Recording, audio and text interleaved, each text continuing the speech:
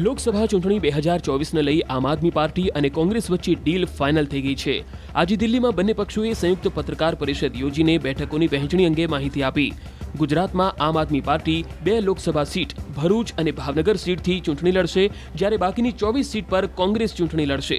ભરૂચ બેઠક પરથી આમ આદમી પાર્ટી ચૈતર વસાવા અને ભાવનગર બેઠક પરથી ઉમેશ મકવાણાને મેદાનમાં ઉતારવાની જાહેરાત કરી છે।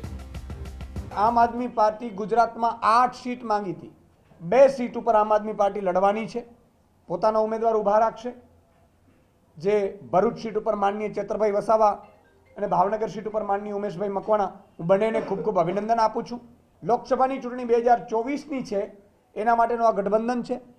સાથે સાથે મેં 4 જે સીટ અમારી ગુજરાતની જે એસેમ્બલીની પેટા ચૂંટણી આવી રહી છે, એના માટે પણ ગઠબંધનના સમાચાર એકાદ દિવસમાં હજી પણ આવી શકે એમ છે। આપ અને કોંગ્રેસના ગઠબંધન બાબતે ગુજરાત ભાજપ અધ્યક્ષ CR પાટીલની પ્રેસ કોન્ફરન્સ યોજાઈ હતી, જેમાં તેમણે કહ્યું કે ગુજરાતમાં લોકસભાની 2 સીટ જીતવા આ નિર્ણય કરવામાં આવ્યો છે। કોંગ્રેસ અને આપ બંને દીવા સ્વપ્નમાં રાચે છે, વાસ્તવિક ભૂમિ પર આવવાની તેમની તૈયારી નથી। ચૈતર વસાવા કે આપને ભરૂચની સીટ પર ફક્ત 13% અને ભાજપને 51% મત મળ્યા હતા।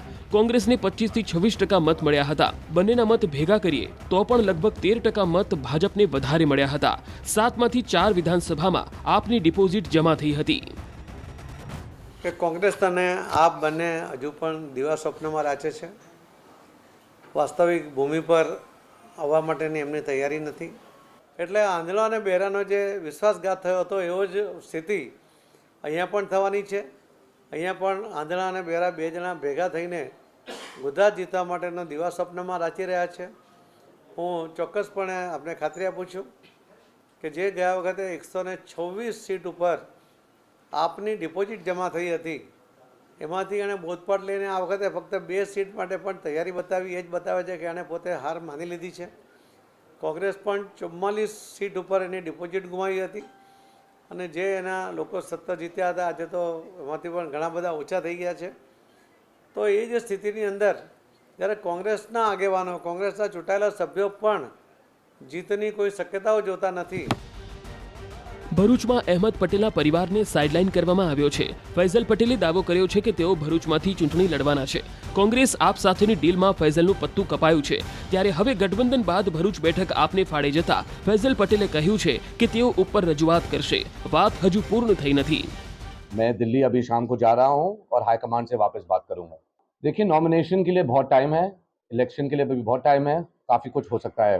आप जानते हैं कि हमारी जो रिलेशनशिप है कांग्रेस की भरूच डिस्ट्रिक्ट के साथ, हम यहाँ पर उनकी लोगों की आवाज़ बहुत सालों से बन के आ रहे हैं। मेरे लेट पिताश्री श्री अहमद पटेल भी भरूच के लिए उन्होंने बहुत काम किया है। ये हमारी सीट है, ये हमारी कॉन्स्टिट्यूंसी है। बेशक अगर अलायंस में ये आज अनाउंस हुआ कि आम आदमी पार्टी को भरूच लोकसभा की सीट दी जाएगी, मैं और मेरे पार्टी वर्कर्स जो हैं, हम तो बिल्कुल इसके विरोध है, लेकिन जो पार्टी बोलेगी वो हमें स्वीकार करना पड़ेगा। मैं हाईकमान से बात करने वाला हूँ, उसके बाद मैं और बोलूँगा। कल का ट्वीट है कि मैंने राहुल गांधी को वादा किया है और अभी भी वादा दिया है, मैं ज़रूर जीत के आऊँगा अगर कांग्रेस यहाँ से लड़े। ભરૂચ સંસદીય વિસ્તાર ભાજપના ગઢમાંથી એક છે। ભરૂચ લોકસભા સીટ પર છેલ્લા 3 દાયકાથી સત્તાધારી ભાજપનો એકતરફી કબજો રહ્યો છે, જ્યારે ભાવનગર બેઠક પર 1991થી ભાજપનો કબજો રહ્યો છે। હવે આ 2 બેઠકો પર આમ આદમી પાર્ટી ભાજપને ટક્કર આપવાનો હુંકાર ભરી રહી છે।